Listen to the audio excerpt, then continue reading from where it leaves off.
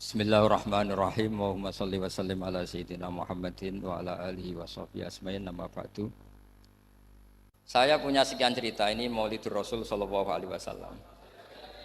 Itu dulu zaman Nabi itu ada ayat yang Jibril jauh-jauh dari langit turun ke bumi hanya membawa satu kalimat.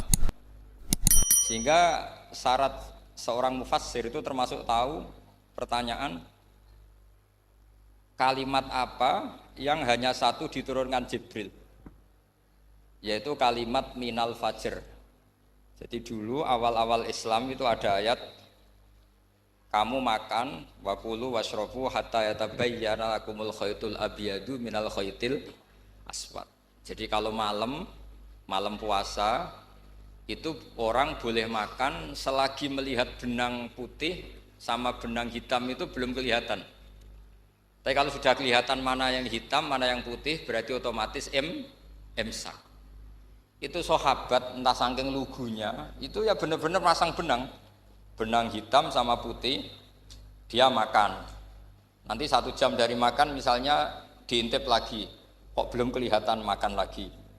Mungkin yang istrinya cantik ya kumpul istrinya lagi, kalau tidak cantik ya sudah tidak usah mungkin. Sampai itu jadi perilaku sahabat berhari-hari. Ketika dilaporkan ke Rasulullah, Rasulullah itu tertawa-tawa. Kok ada begitu? Baru Jibril datang menerangkan minal fajr. Jadi benang hitam artinya masih malam, benang putih maknanya sudah fajar shadiq. Itu lama sekali. Saya ini termasuk orang yang sangat-sangat susah ketika orang ingin belajar Islam itu instan. Dulu Nabi jadi Nabi itu 23 tahun. Itu untuk menemukan teori masbuk, tidak nyalip imam, itu Nabi juga lama. Jadi dulu sahabat itu kayak anak-anak kecil zaman saya kecil, itu kalau imam sudah rakaat ketiga atau rakaat keempat, itu kalau orang-orang desa kan langsung takbir, terus dia sholat sampai 3 rakaat nyalip siapa? Imam. Nanti di rakaat keempat baru sama imam salam dia ikut salam. Itu hebat betul. Itu sama sekali nggak salah. Kalau ditanya, loh kok ikut salam? Kan sudah sama-sama 4 rakaat karena imamnya dia apa? Disalib. Jadi dia takbir terus tahu imamnya rakaat ketiga atau keempat terus nyalip sampai ke rakaat yang sama, nanti salamnya bareng-bareng imam. Itu dulu sahabat ya gitu. Kalau Rasulullah sudah di rakaat keempat atau ketiga langsung mereka takbir Allahu Akbar nyalip. Setelah nyalip menyamakan dengan Rasulullah salam juga ikut salam. Jadi itu dulu lama sekali prosesnya. Sampai ada satu peristiwa Mu'ad bin Jabal datang, kemudian Nabi sudah sholat, berarti masbuk kalau dalam bahasa fikih. Mu'ad langsung ikuti Nabi, setelah Nabi salam baru Mu'ad menambahkan jumlah rakaat yang tertinggal. Terus semenjak itu jadi sunnah, jadi sunnatan mutaba'ah kalau masbuk ikut imam, kemudian hanya menambahkan rakaat yang tertinggal. Itu 23 tahun. Jadi saya ngisi 20 menit yang nggak paham, 2 jam yang nggak paham, 3 jam yang nggak mungkin paham. Daripada gitu ya 20 menit saja. Ya itu betul, karena saya tidak punya kemampuan untuk itu. Saya masih ingat, saya ngaji umum pertama itu di hallnya abahnya Pak Hamid Pasuruan di Lasem. Kedua di Pak Hamid Pasuruan kemarin. Terus tadi di Kiai Robah Maksum, itu ajudannya 3 kali ke saya tidak mau. Kiai Robah datang sendiri, sudah sepuh dituntun. Saya ini agak-agak soleh lah, kalau sama orang sepuh itu pengapesan. Masih ingatlah aturan mainnya laisa minna walam yarham saghirona wa yuwaqqir haqqa kabirina. Tapi yang sepuh betul kayak Mbah Jamal itu sepuh betul. Ada sepuh gaya-gayanan tidak mau. Karena memang Mbah Jamal itu besanan sama saya, Mbah Sahal itu misanannya Mbah saya. Terus dapat Mbah Nafisa ya keluarga sini. Saya teruskan, kalau Mbah Robah itu faktornya sanad ya. Robah bin Maksum ini muridnya Mbah siapa itu? Fakih Mas Kumambang. Ya, Mbah Zubair dulu ya ngajinya sama Mbah Fakih apa? Mas Kumambang. Kemarin seminggu yang lalu saya di Pondok Termas ya, faktornya sepuh. Karena sanad saya Mbah Mun, Mbah Zubair, Kiai Fakih Mas Kumambang, kemudian Mbah Mahfud Termas. Saya terus mau cerita tentang sanad ilmu. Jadi Nabi itu 23 tahun dan itu tidak gampang, ada fasenya. Bahkan ada fase Nabi itu harus as-sukut anil mungkar. As-sukut anil mungkarat itu diilmoni oleh pakar-pakar usul fikih. Apakah as-sukut anil mungkarat itu berarti mengekrori kemungkaran? Apa takhirul bayan? Saya ulang lagi pakai bahasa Indonesia. Ketika ada kemungkaran, Nabi diam. Itu diamnya karena nyari momen untuk ngandani, atau memang diam itu dengan tanda kutip jangan-jangan dianggap ikrar. Makanya ulama-ulama usul fikih itu berdebat. Diamnya Nabi ketika melihat kemungkaran di awal Islam itu karena ada ma huwa aham, ada yang lebih penting yaitu menerangkan tauhid. Atau takut itu menjadi satu momok bagi mereka karena Nabi dianggap coro Jawa itu dianggap kecangkeman, sidik-sidik ngeloroi, sidik-sidik ngeloroi. Nah, perdebatan ulama dalam seperti ini itu penting sekali karena nanti menjadi satu rumus ilmu. Saya berkali-kali berpikir gini, misalnya Anda punya keponakan atau punya anak pacaran. Ada Pak D yang keras sekali, mesti marah. Itu nanti ponakannya nggak sempat dikandani karena main saja nggak berani, mesti Pak D itu marah. Karena ini Islam garis keras atau garis lurus atau apalah nggak tahu. Pokoknya punya garis. Terus ada kelompok Islam yang nggak punya garis, ya nggak punya karakter. Ponakannya pacaran ya santai, malah kenalan sampai pacare ponakannya. Cantile kuliah podo ya. Sehingga ponakannya merasa terjustifikasi. Berarti pacaran nggak apa-apa, wong paman saya nggak marah. Natijahnya pasti sama. Yang terlalu mudahanah, yang terlalu baik, hasilnya tidak didik sama sekali. Karena seakan-akan mengakui bahwa itu tidak apa-apa. Yang keras sekali hasilnya juga sama, nggak didik sama sekali karena dolan we rawani, kapan didiknya? Nah kira-kira seperti itu. Yang nggak mau berteman sama orang-orang maksiat juga hasilnya sama, meskipun atas nama kebenaran. Aku mau kancanan nang maksiat, ngotori. Hasilnya sama, nggak mau mendidik. Tapi yang mau ngancani juga bahaya kalau terlalu keseringan karena jute aku kenal kiai iki ratu diloroi, berarti gak popo kan gitu. Nah ini PR besar dalam umat Rasulullah Shallallahu Alaihi Wasallam. Tadi saya diceritani Mbah Jamal berjuangnya di sini, nata dari kampung yang macam-macam menjadi kampung baik. Dulu saya duki di Lasem ya gitu. Mbah Mun dulu ya sarang dihimpit 2 kampung yang masalah. Tapi lama-lama terus jadi kampung yang baik lewat tarbiyah, lewat proses tarbiyah yang luar biasa. Maka ketika kemungkaran kita biarkan, itu namanya apa? Namanya itu kalau dalam usul fikih itu takhirul bayan. Apa? Mengundurkan, memberi apa? Penjelasan. Karena sekali tidak dengan definisi ini, nanti takutnya dianggap al-iqrar alal mungkar, dianggap ngakui kemungkaran. Nah, saya termasuk orang yang sangat usuli ya, sangat memahami Quran, hadis itu cara disiplin ilmu usul fikih. Nah, kenapa itu satu keharusan begini logikanya? Saya ulang lagi, Nabi jadi Nabi itu 23 tahun. Itu yang menyokong beliau jadi Nabi itu orang Nasrani dan orang Yahudi. Karena itu satu-satunya perangkat yang harus dipakai. NU belum ada, sama nggak usah GR bela Nabi, NU pas itu belum ada. Maulid Nabi itu yang kangelan itu Abu Lahab, bukan pengurus NU. Sampai sekarang dalil Maulid itu masih pakai Abu Lahab. Jadi ini ya NU itu termasuk organisasi yang luar biasa. Abu Lahab itu jadi dalil. Jadi Abu Lahab dengar kalau iparnya, Abu Lahab itu iparnya Aminah, iparnya Sayyidah siapa? Dengar Aminah lahir, nggak punya suami, saking senengnya candalemnya beliau, namanya Suwaibah, itu dimerdekakan. Ya setidaknya untuk hari Senin tak sebut beliau loh, karena pas soleh. Nanti Selasa Rabu sudah ada. Itu dimerdekakan. Saya yang kiai kecil saja nggak bayangkan kalau pagi-pagi tidak punya anak dalam yang bikin kopi siapa, yang mencucikan siapa, yang nyapu rumah siapa. Tapi Abu Lahab saking senengnya punya ponakan itu dikasihkan. Sudah Suwaibah kamu pakai saja. Sudah biar melayani kamu, ngurusin kamu. Jadi saya bayangkan hari itu Abu Lahab itu mungkin bikin kopi sendiri, nyapu sendiri demi ini. Nah itu sama Allah dikenang sehingga yukhaffafu anul adzabu yaumal isnan itu masyhur. Idza kana hadza kafiron jaa dhammuhu bi tabbat yadahu fil jahimi muhal lada ata annahu fi yaumil isnaini daiman yukhaffafu anhu lisururi bi ahmada famadzannu bil abdil ladzi kana umruhu bi ahmada masruran wa mata muwahhida. Ini Abu Lahab yang kafir, hormat Maulidur Rasul saja dapat takhfiful adab, apalagi yang mukmin. Jadi itu satu-satunya dalil maulid, itu dalilnya Abu Lahab. Ya makanya terus kita itu dibully sama kelompok sebelah, dalil kok Abu Lahab. Tapi saya pastikan awal Islam itu yang menjadi perangkat nubuah itu hanya Yahudi dan Nasrani. Karena yang lainnya nggak tahu Nabi itu apa. Saya beri sedikit cerita, Nabi itu umur anggap saja kita ikut kaul yang 12 tahun saja. Sebetulnya ada beberapa perdebatan, ada yang bilang 9, ada yang bilang 12. Tapi yang debat tidak usah didengerin, sama-sama nggak tahu kok ngotot. Kadang orang debat yang lucu, sama-sama nggak tahu kok ngotot. Anggap saja 12. Nabi datang ke Syam, Syam itu ya sekitar Syria, Lebanon, Palestina itu Syam. Itu pertama yang tahu kalau beliau Nabi itu ya rohib. Rohib itu terjemahnya ya pendeta. Rohib, Bukhaira nemuin Abu Thalib, itu siapa? Ini anak saya. Terus ditanya lagi, ini siapa? Ini anak saya. Sampai 3 kali, terus sampai Abu Thalib itu agak tersinggung. Memangnya masalahnya apa kalau dia anak saya?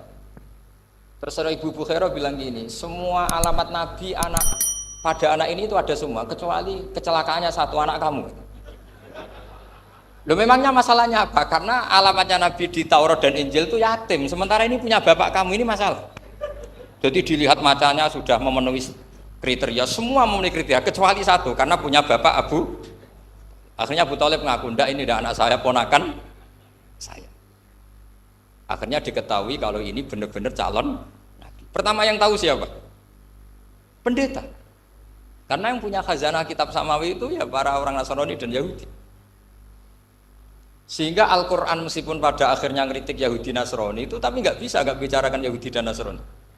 Karena satu-satunya yang masih punya kitab samawi itu Yahudi dan Nasrani, meskipun sebagiannya sudah dirubah-rubah.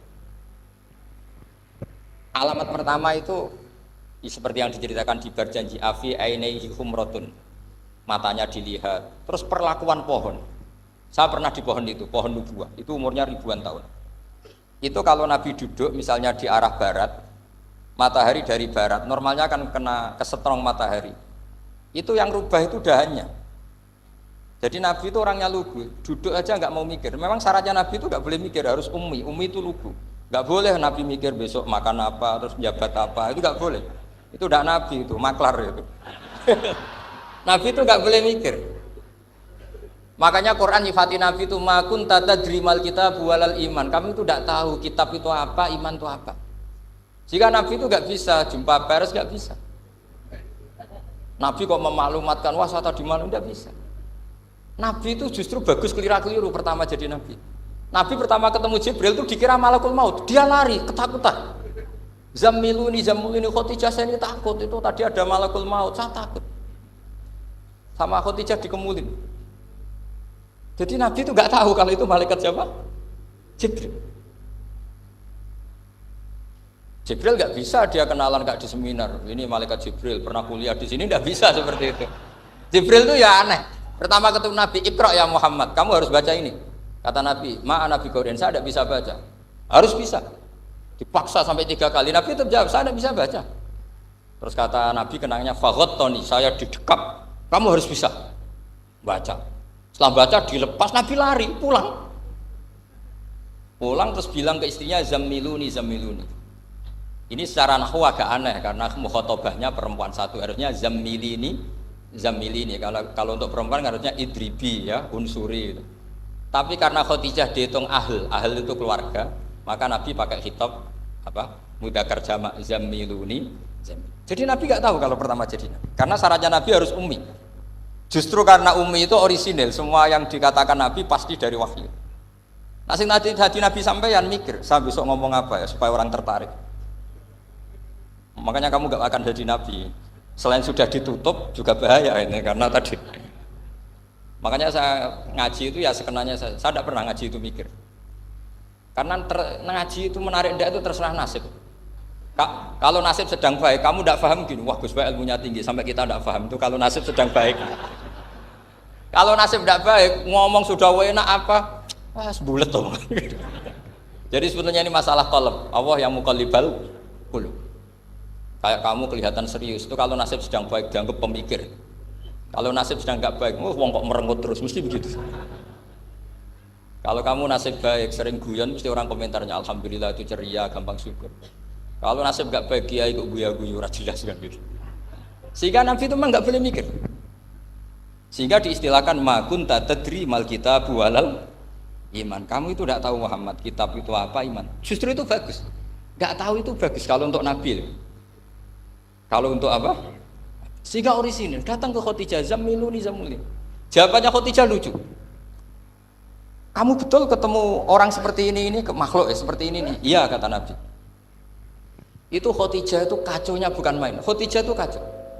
Khadijah itu Khadijatul Kubra, termasuk manaqib yang dicintai Mbahmu. Ini mbah-mbahnya Habib, ini Muhammad bin Anis. Khadijah bilang gini, ya gini saja Mas. Suatu saat kalau teman kamu itu datang bilang ke saya, ya kata Nabi. Nggak ngerti kalau ini dites. Suatu saat Jibril ini datang lagi. Nabi juga, ini loh temanku. Kalau bilang Jibril itu ini temanku datang lagi. Khadijah fahasarat an fakhidhiha. Masyhur itu di riwayat. Apa pahanya agak dibuka. Mas, temanmu masih, weh lari katanya. Terus setelah lari ditutup lagi. Temanmu datang lagi, iya datang lagi. Absyir ya Muhammad, kamu harus senang. Itu benar-benar kamu itu nabi. Jadi Khadijah punya sekian definisi. Kalau nabi betul itu melihat apa malaikat betul itu melihat aurat itu pasti lari. Jadi dibuka. Ternyata Jibril lari. Khadijah ini tidak tahu, yang tahu nabi. Nabi ya nggak tahu kalau dites. Kalau Nabi tahu, oh kok ngene nak dites ya. Jadi ini mungkin, jadi Nabi itu nggak tahu kalau dites. Mas kalau temanmu datang bilang saya. Setelah pas Nabi sama Khadijah, Jibril datang. Masyhur itu fahasarat an fakhidiyah. Dibuka, temanmu masih Mas, lari. Ditutup lagi. Sekarang gimana Mas? Datang lagi. Kamu harus seneng, kamu Nabi betul. Karena kalau itu setan, wah mesti seneng nonton aurat kan itu. Itu Nabi tidak tahu kalau dites. Kalau sampean kan tahu kalau mau dites istri. Sampean mulai kato tong wedok liya teko mesti bojo mbak servis untuk menutupi semua keburukan itu. Itu Nabi. Uniknya terus Khadijah. Nabi jadi nabi sama Khadijah itu tahu dulu Khadijah. Nabi enggak tahu kalau mau jadi nabi, tapi Khadijah tahu. Sehingga ketika umur 25 tahun Nabi sebagai pedagang, Khadijah itu ngirim mata-mata namanya Maisarah. Maisarah itu nama lelaki. Saya tambahin lagi Maisarah nama lelaki. Nanti kalau kamu artikan nama perempuan, oh berarti Nabi kemana-mana punya perempuan. Enggak, Maisarah itu nama lelaki. Maisarah dikirim Khadijah terus. Gimana Muhammad di perjalanan? Tudzilluhul ghamamah tuti'uhus sahaib. Kemana-mana dipayungi oleh mega, oleh awan. Sekian informasi ke Rasul ke Khadijah itu dimasukkan semua ke Khadijah. Tapi betapa kecewanya Khadijah ketika Nabi nikah umur 25 tahun, Khadijah umur 40 tahun. Itu kok gak jadi nabi. Itu mulai kecewa sido jadi nabi ta ora. Makanya ketika tahun ke-40, berarti Nabi umur 40, cerita ketemu tadi Jibril, sebenarnya Nabi nggak tahu itu Jibril, nggak bilang Jibril. Itu Khadijah senangnya bukan main. Karena apa yang dibayangkan dia terjadi. Fa wa la yuzika wa abadan innaka la tasilur rahim wa tahmilul kalla wa taksibul maqdud wa taqridu fa wa tu'inu ala nawaibil haq.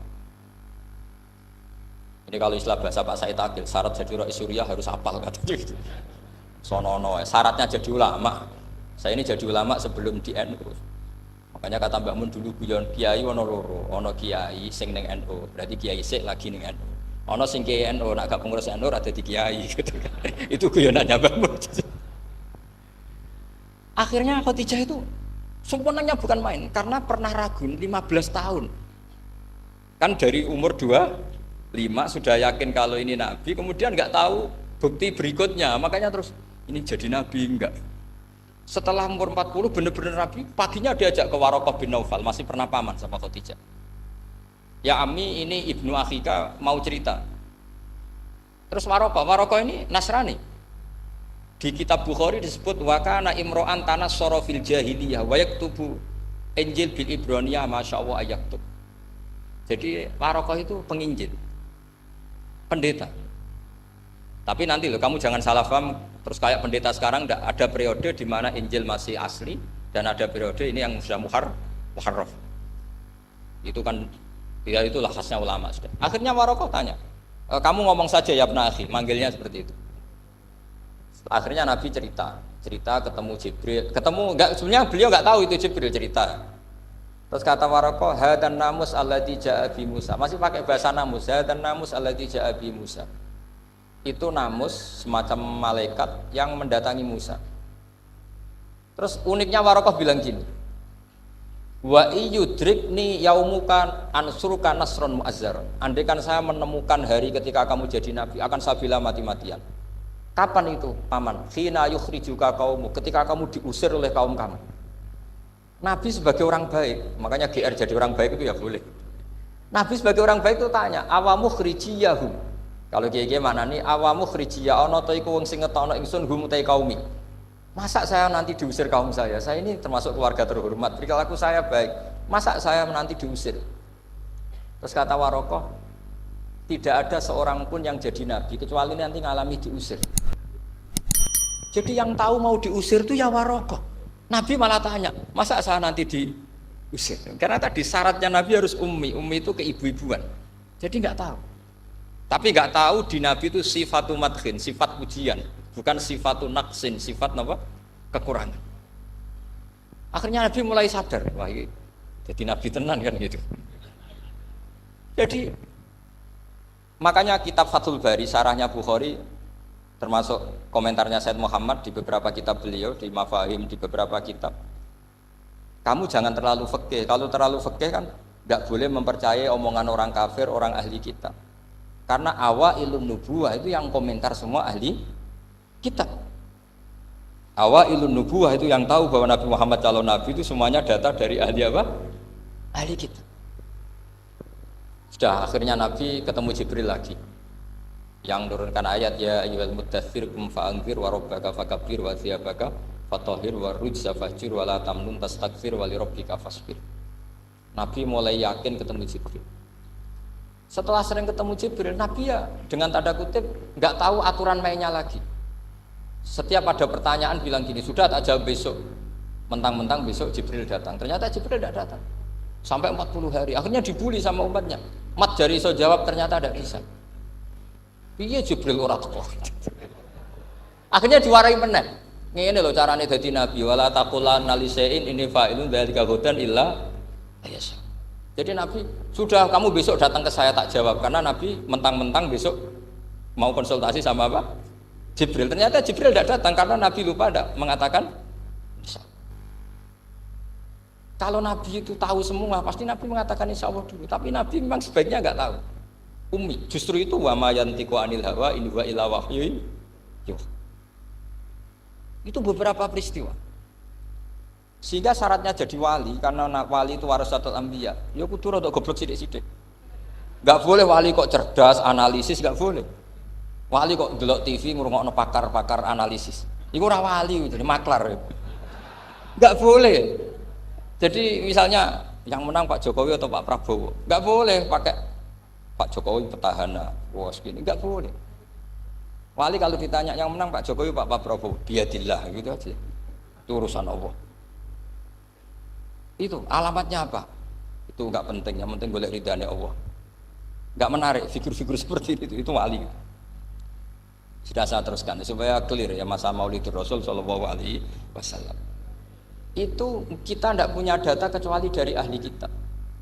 Yahudi lebih ngeri lagi. Yahudi itu punya kriteria, syaratnya Nabi harus min dzurriyyati Ibrahim. Ya makanya kitab yang paling disenangi Mbah Mun itu Berjanji. Syaratnya Nabi harus min dzurriyyati Ibrahim. Lalu Muhammad itu siapa? Kok tahu-tahu Nabi? Dia itu orang Arab itu jahiliyah, wongnya goblok-goblok. Wah, akhirnya terus jadi polemik ilmiah kan. Akhirnya Nabi memaklumatkan diri kalau beliau min dzurriyyati Ibrahim, dibuktikan Ibrahim pernah singgah di Mekah, yaitu fihi ayatum bayyinatum maqamu Ibrahim. Bahwa Ibrahim pernah hidup di Mekah ada buktinya, yaitu ada bekas kaki di dekat Ka'bah. Akhirnya Ibrahim meninggalkan Ismail. Ismail kecil kekurangan air, Hajar lari-lari nyari air 7 kali. Akhirnya jadi sa'i bena Safa wal. Ada sekian bukti kalau Ismail itu hidup di Mekah, menikah sama suku Jurhum. Akhirnya orang Yahudi mulai ngeper. Loh iya, Muhammad pantas jadi nabi. Ternyata orang Mekah turunan Ibrahim alaihis. Itu andaikan orang Yahudi yang tidak komen, itu juga agak dilacak nasabnya Nabi. Gara-gara orang Yahudi komen Nabi itu harus turunan Ibrahim, kamu asal usulnya gimana?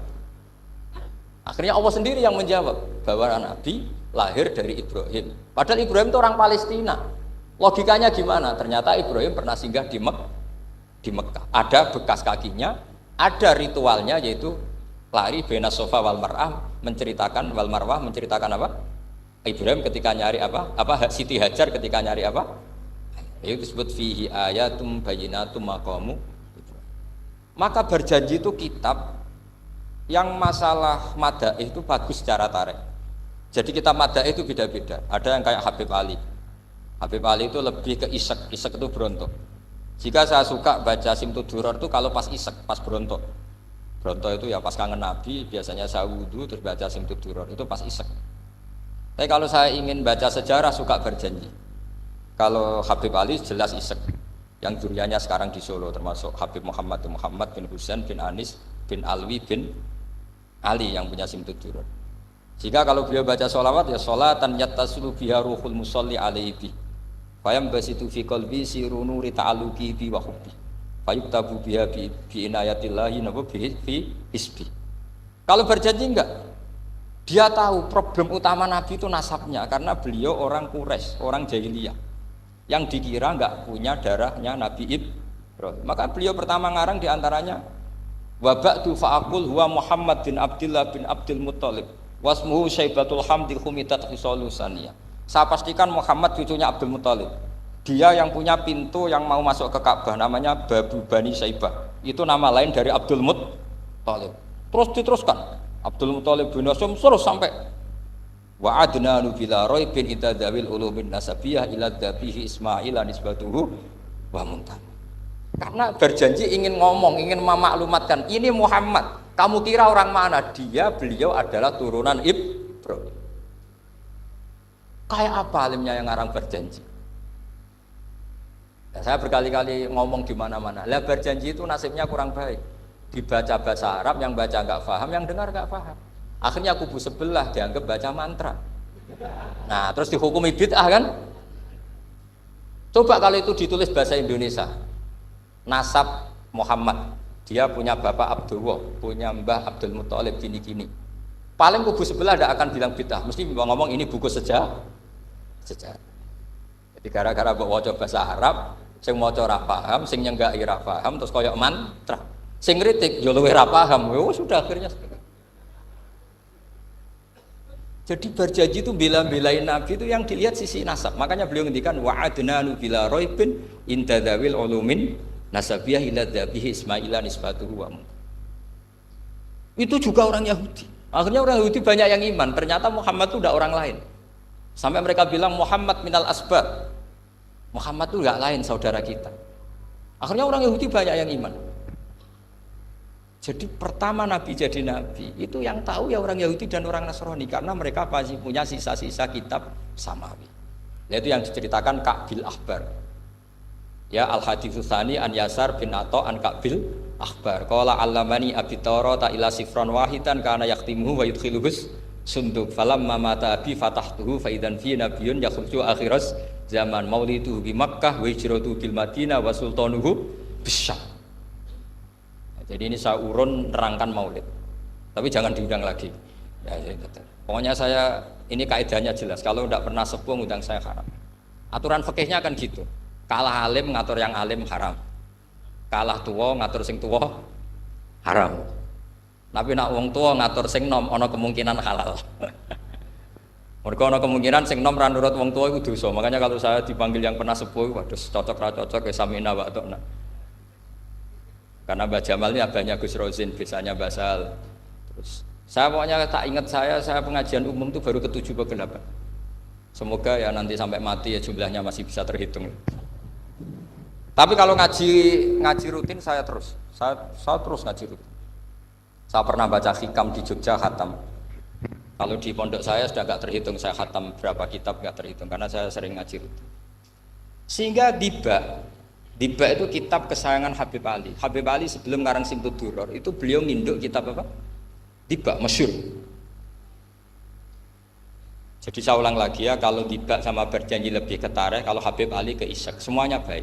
Saya baca semua. Saya niru Habib Ahmad Al-Habsyi Pasuruan pernah tak tanya, kenapa kalau maulid baca tiga-tiganya? Ben gak asobiah Gus, ben keduman kabeh. Saya itu setengah hafal semua, tiga-tiganya setengah hafal semua.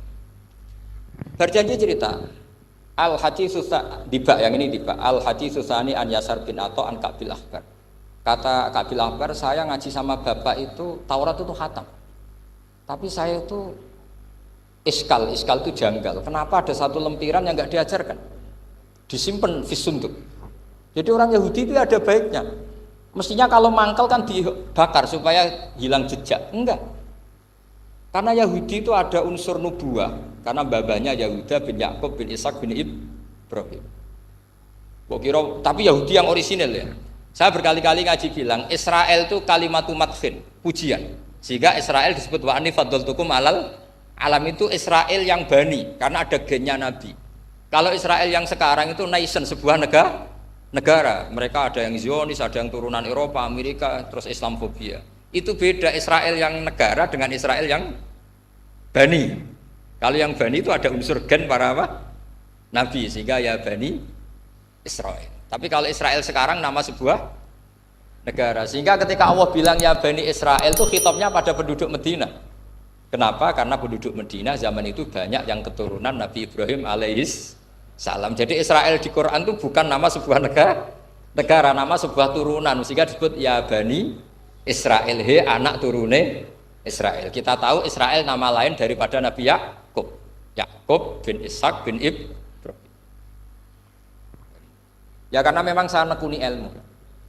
Kalau tadi yang Banjari kan nekuni suara, jadi suaranya bagus. Itu kalau nggak ditopang al-jamalul akli, logikanya juga bagus. Itu bahaya, nanti orang mau nyanyi tok. Nah ini tak bantu. Tadi ada al-jamalul sauti, kebaikan secara suara. Ini tak bantu al-jamalul akli, kebaikan secara makna. Ya mestinya keren al-jamalul akli, karena al-jamalul sauti itu penyanyi dangdut bisa. Semua penyanyi bisa kalau suara bagus ya. Tapi kalau maknani dibak itu kalau tidak orang alim tidak bisa. Wis tuku terjemahannya tetap ra paham, ra bakat itu. Saya teruskan. Falam mama tabi, orang Yahudi itu unik. Wong dia benci kok naskah itu tetap disimpan. Terus kata Kabil Akbar, falam mama tabi fatahtuhu, ketika bapak saya meninggal, kotak ini tak buka. Faidan fihi nabiyyun yakhruju akhir zaman. Di situ ada keterangan bahkan akan ada nabi yang keluar akhirat, mauliduhu bi Makkah wa hijratuhu bil Madinah wa sultanuhu bis Syam. Kerajaannya itu di Syam. Bareng Kabil Akbar ini sebetulnya menangi Rasulullah SAW. Tapi dia nggak mau iman. Karena nabi itu nggak lengkap menurut dia. Ini Muhammad sudah benar lahirnya di Mekah, wafatnya di Madinah, tapi masih kurang satu, wa sultanuhu bis Syam. Zaman itu Syria, Lebanon, Palestina masih di bawah pasukan salib, pasukan Nazaret. Sehingga dia mikir, katanya kerajaan Islam ada di Syam, ini kok Muhammad nggak jadi raja di Syam. Sehingga dia menunda imannya, yuakhiru islamahu. Bareng era Sayyidina Umar, beliau bisa menaklukkan Baitul Maqdis. Terus dia iman. Makanya imannya Kabil Akbar itu era Sayyidina Umar, karena sudah masuk definisi ketiga wa sultanuhu bisyam, kerajaannya Nabi ada di iman. Sekali iman langsung pinter deh. Wong sedurunge baca kitab Samawi banyak. Sehingga Sayyidina Umar kalau mau tanya kitab Samawi ya tanya Kabil Akbar. Karena beliau itu Nabi sudah benar maulidu bi Makkah wa hijratu bil Madinah wa sultanuhu bisyam. Rasulullah ketika wafat atau intaqala ila rafiqil ala itu belum menangi Islam menaklukkan mana Palestina. Tapi Nabi itu kasef. Nabi itu nak kasef itu ya lucu. Makanya kalau ada kiai lucu itu ya anggapnya niru Nabi. Nabi itu lucu. Ada sahabat itu gak pati ganteng, pendek gak pati ganteng, namanya Surakoh. Itu digojlok sama Nabi. Surakoh, bagaimana kalau kamu suatu saat itu pakai tas itu apa? Mahkotanya raja Syam, raja Kaisar. Ya Surakoh ya dianggap Nabi Gujan gitu aja. Nabi Gujan naik jadi. Singkat cerita, suatu saat Umar itu mengalahkan kerajaan itu. Kaisar itu dikalahkan Umar. Saking takutnya lari, mahkotanya itu jatuh. Jatuh disaksikan Surakoh. Terus ingat, dulu Nabi pernah ngendikan itu disuruh pakai saya. Akhirnya sama Suraqah dipakai. Ya tetap orang ganteng, orang ganteng. Padahal sudah pakai mahkota guys. Barang setelah dipakai, kata Umar, ikhla'ha, itu dicopot. Mau saya pakai untuk Baitul Muslimin, untuk Baitul Mal.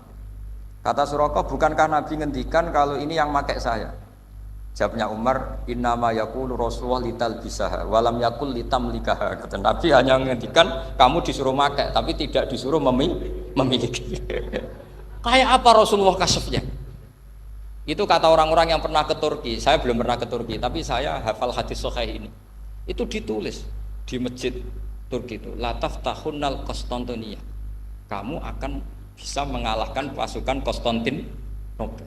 Itu dikalahkan setelah 1000 sekian tahun dari wafatnya Nabi. Kayak apa kasefnya Nabi? Karena Nabi wa ma yantiqu anil hawa in huwa illa wahyu. Coba kalau Nabi kayak pengamat, ngomong apa yang kira-kira terjadi? Wah itu kan mesti keliru semua karena berdasar akal. Tapi kalau Nabi berdasar apa? Kasaf. Kasaf itu satu kenyataan yang dipertontonkan Allah Subhanahu wa taala. Terus kedua, alamat Nabi itu pakai sandi. Sandi itu sesuatu yang enggak jelas tapi menjadi jelas bagi ahlinya. Saya ulang lagi, sandi itu kayak sandi di militer itu. Atau sandi di KPK itu ada sandinya. Sandi itu ya kata sandi. Saya pernah diceritani Pak Busro Muqaddas ketika ketua KPK itu lucu. Wah sandinya koruptor saya tambah kacau Pak Bah. Itu kalau bilang uang itu kalau yang kemarin rame kan apel Amerika sama apel Malang. Kalau apel Amerika berarti US apa? Dolar. Kalau apel Malang berarti apa? Rupiah. Setelah KPK tahu sandinya diganti Ustadz. Jadi koruptor kalau mau korupsi ini pun temannya. Loh ini Ustadznya sudah siap loh, kamu gak ikut pengajian. Itu sempat penyadap KPK itu gak mau ngecek. Masa orang pengajian dicek? Ternyata ya gak ada acara pengajian, Ustadz itu maknanya uang. Koruptor saking ngerti itu disadap KPK itu sandinya gimana? Datang nggak ke sini, ini Ustadznya sudah siap, ini ada pengajian. Hampir KPK itu nggak ngecek karena pengajian, Ustadznya sudah siap. Setelah digerebek ternyata Ustadz itu sandi dari makna apa? Uang, gak kurang ajar gitu, itu Ustadz katanya. Jadi kalau di sini ditangkap KPK berapa Ustadz ini sudah? Ada Habibnya lagi, ada Habib Muhammad ini. Nah, Salman Al-Farisi itu pemikir, dia orang Persia. Di mana-mana orang Persia itu pemikir. Persia itu kalau sekarang ikut Iran. Itu dia ngaji lama sekali sama pendeta-pendeta itu. Kebetulan dia punya pendeta yang belum muharraf, belum muharrif atau belum muharraf. Kalau muharrif orangnya, kalau muharraf itu kitabnya atau bukunya. Setiap dia ngaji sama pendeta dikasih tahu, terus kecewa beberapa kali, walhasil ketemu pendeta yang benar. Sudah, kamu tidak usah ngaji sama saya, kamu datang saja ke Yasrib, ke Madinah sana, Yasrib. Di situ Nabi akhir zaman sekarang sudah ada, kata. Ini yang ngomong pendeta. Ya.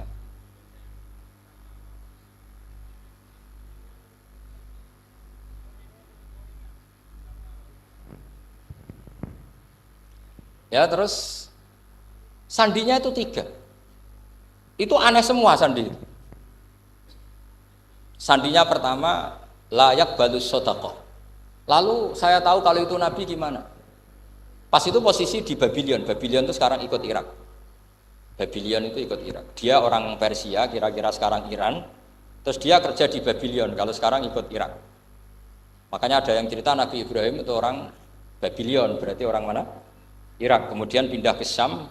Kemudian sempat hidup di mana? Makkah. Akhirnya datang. Beliau di Babylon diceritani. Terus beliau miskin. Terus ada kafilah dari Yasrib, dia bilang saya siap jadi budak Anda asal saya dibawa ke Yasrib. Akhirnya Salman jadi budak. Jadi budak, dia di Yasrib jadi budak. Demi penelitian tuh dia jadi budak. Padahal dia orang pinter sekali namanya Salman Al-Farisi. Setelah jadi budak, dia di Yasrib. Suatu saat dia kerja dapat ujroh itu upah. Datang ke Rasulullah. Ya Muhammad, manggilnya masih jangkar. Ya Muhammad, saya punya banyak uang. Kamu kan punya sahabat banyak, punya santri banyak. Ini tak sedekahkan ke kamu. Apa kata Nabi? Sahabat dipanggil semua. Halumu ilayya, ke sini ini makan, ini ada sedekah. Terus kata Salman kenangannya walam ya'khud min hasya'an. Bahkan sebagian riwayat mengatakan falam ya Musa, Nabi nyentuh saja nggak mau, karena diistilahkan sodako. Terus kata Salman, hadihi wahidah, ini satu alamat. Itu sandi, nggak ada yang tahu kecuali ahli kitab. Setelah seminggu, 2 minggu dapat uang lagi. Ya Muhammad, hadihi hadiyatun laka, ini hadiah untuk kamu. Nabi langsung ikut dahar. Hadihi sintan, ini 2. Kalau logika kita pakai pengamat, bedanya apa? Sodakoh ya dapat, hadiah ya dapat. Kan nggak ada bedanya sama sekali. Ternyata itu sandi. Sandi wayak balus hadiah tapi walayak balus sodakoh. Nabi itu nerima hadiah tapi nggak nerima sodakoh. Bagi orang kebanyakan kan bedanya apa? Sama-sama dapat. Kiai pakai duit 1 juta, mbok arani sodakoh itu ditompo. Pakai 50.000 diarani hadiah ya ditompo. Sementing kan duit. Tapi kalau Nabi tidak bisa seperti itu. Kalau dikatakan sodakoh nggak mau nerima, kalau hadiah, akhirnya, wah ini sudah ada 2 alamat. Jadi alamat tuh ya kadang aneh, masa sodakoh sama hadiah dibedakan. Terus ketiga, wafi katifihil aisar khotamun nubuwah, mislu baidotin nu'amah. Di katifil aisar, apa kalau orang sini bilang apa? Pundak yang kiri itu ada khotamun nubuwah, ada alamat bahwa beliau adalah nabi akhir zaman. Itu mislu baidotin nu'amah, kayak semacam telur manudara. Wah itu pusing. Waduh, caranya ngelihat gimana? Dia berkali-kali datang ke situ. Nabi itu orangnya priayi, jadi sering pakai baju. Kalau Nabi ini jenengan sering blodor gampang. Ini kan Nabi kan sering priayi. Tapi Nabi itu memang unik. Ketika Salman ke situ, pas beliau mau wudu, biasanya nggak pernah pakai buka baju. Nabi dibuka bajunya. Akhirnya Salman fa'aqab ba'alaihi, bersungkur di depan Nabi, kemudian mengatakan aman tu bika ya Rasulullah. Karena ada 3 alamat. Lagi-lagi 3 itu juga didapatkan dari ahli kitab. Makanya di awal-awal Islam itu ahli kitab itu luar biasa. Meskipun akhirnya di akhir-akhir masalah karena banyak oknum yang mentahrif itu. Jadi saya mohon ilmu-ilmu seperti nggak boleh hilang. Jangan mentang-mentang orang Yahudi Nasrani sekarang sudah muharraf, kamu terus anti sama sekali. Tetap ada sisa-sisa samawi. Karena mereka masih megang kitab apa? Samawi. Jadi kita fair saja, yang salah ya salah, yang benar gini apa? Benar. Makanya saking fairnya Nabi, ini harus ditiru oleh semua orang NU, orang Muhammadiyah, orang apa saja. Nabi itu kalau menghormati satu ilmu itu luar biasa. Kata Sayyidina Umar, saya ini punya naskah banyak Taurat karena naskahnya menarik ya Rasulullah. Ada sahabat lagi cerita begini-begini. Jawabannya Nabi apa?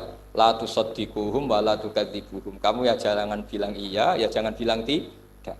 Kalau kamu bilang iya, ternyata yang pas muharraf, yang pas sudah ada orisinil.